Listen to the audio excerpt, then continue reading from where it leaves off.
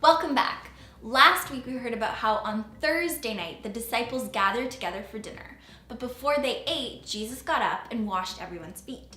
This was surprising because it was usually the servant's job to wash feet. But Jesus taught the disciples and all of us that even the most important one need to be willing to serve others.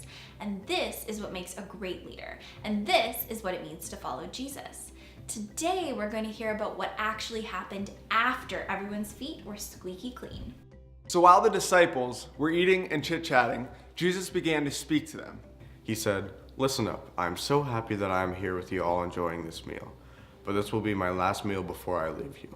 One day we'll share a meal again, and that will be a great day. The disciples weren't sure what was going to happen, but they kept listening. Next, Jesus picked up a loaf of bread, It was probably more like a pita. and he says a blessing and then passed it around the whole table for everyone to take a small piece. When each person has a piece of bread, Jesus says, This is my body. Whenever you eat this bread, remember me. it would be hard for the disciples to forget about Jesus since he was sitting right there in front of them, but he was really talking about when he wouldn't be there. He was also talking to us, asking us to remember him, even though this part of the story took place like 2,000 years ago. After they ate the pita, Jesus picked up a cup of wine. He blessed the wine just like he blessed the bread, and then he passed it around the table for each person to take a sip. Then he said, "Take this wine and drink. This is my blood poured out for the forgiveness of sins. Whenever you drink this wine, remember me." The disciples followed Jesus' directions, but they were confused about the meaning. Today, we know that this was the last meal that Jesus would share with the disciples.